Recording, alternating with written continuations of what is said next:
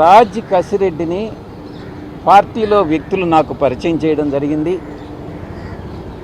2017-18లో అనుకుంటా రాజ్ కసిరెడ్డి పార్టీలోకి వచ్చారు. అతను ఒక తెలివైనటువంటి క్రిమినల్, ఆ క్రిమినల్ మైండ్ సెట్ ఉండేటటువంటి వ్యక్తి. అంత క్రిమినల్ బ్రెయిన్ ఉంది అన్నటువంటిది తెలియక పార్టీలో పెద్దలందరూ కూడా పరిచయం చేస్తే నేను ఎంకరేజ్ చేసినటువంటి మాట వాస్తవం. నేను అబద్ధం చెప్పదలుచుకోలే.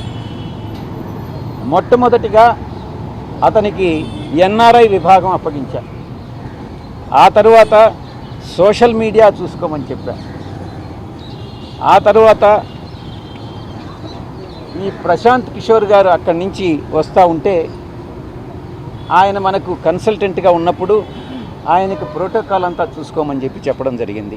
ఈ రకంగా పార్టీలో అతి ముఖ్యమైనటువంటి బాధ్యతలు అతనికి అప్పగించింది నేనే, ఎంకరేజ్ చేసింది నేనే. ఈ విషయంలో నేను తప్పు చేశాను అన్నటువంటి భావన ఈరోజు నాకు కలుగుతూ ఉంది. ఇంత దుర్మార్గపు వ్యక్తి ఏ రకంగా నన్ను మోసగించాడు అన్నటువంటి విషయం నాన్నే ఆశ్చర్యానికి గురి చేస్తుంది. ఎవరి నుంచి? మీరు అడిగే ప్రశ్న చాలా స్పష్టంగా అడగాలి. మీకు ఒత్తిడి వచ్చిందా అని కాదు, నాకు ఎవరి దగ్గర నుంచి ఒత్తిడి వచ్చింది అని మీరు భావిస్తున్నారు?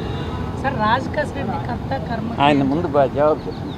అంటే జనరల్గా మీరు ఆ పార్టీ నుంచి బయటకు వచ్చి ఉన్నారు కదా, సో మీరు గతంలో 5 సంవత్సరాలు అక్కడ ఉన్నప్పుడు ఏ ఎపిసోడ్ గురించి మాట్లాడలేదు, బయటికి రాగానే ఏ ఎపిసోడ్ గురించి చర్చ వచ్చింది. మీరే రాజ్ కసిరెడ్డి కర్త కర్మ క్రియ అన్నారు కాబట్టి, సో ఈ రాజ్ కసిరెడ్డి వెనక కొంతమంది పెద్దలు ఉంటారు కాబట్టి ఏమన్నా ఒత్తిడి వచ్చిందా అని యాంగిస్తారు అంటే ఆ పార్టీ నుంచి ఏమైనా? 5 సంవత్సరాల పాటు మీరున్నారు, అతనితో కలిసి ఉన్నారు, అప్పుడు మాట్లాడలేదని అంటే అప్పుడు మీరు అడగలా, నేను జవాబు చెప్పలా. రాజ్ కసిరెడ్డి కర్త కర్మ క్రియ అని చెప్పారు. ఆయన ఒక్కడి వల్ల సాధ్యం అవుతుందా? ఆయన వెనకుండా నడిపించే వాళ్ళు ఎవరు? మిమ్మల్ని నీకు తెలుసు,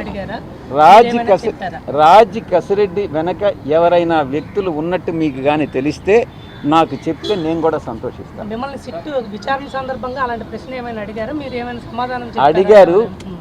రాజ్ కసిరెడ్డి ఒక సాధారణమైనటువంటి వ్యక్తి. ఆ అథారిటీ అతనికి ఎవరిచ్చారు అన్నటువంటి విషయం సిట్ నన్ను అడగడం జరిగింది.